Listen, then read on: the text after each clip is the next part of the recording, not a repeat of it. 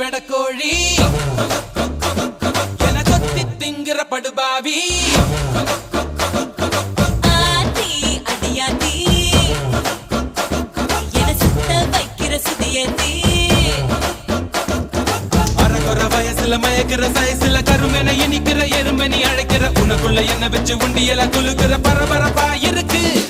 சிலனோட சிரிப்புல சிறையில அடக்கிற தின தின மனசுல கலவர நடத்துற முடி முதல் அடிவரை தினசா மிரட்டுற கிழக்கிழப்பா இருக்கு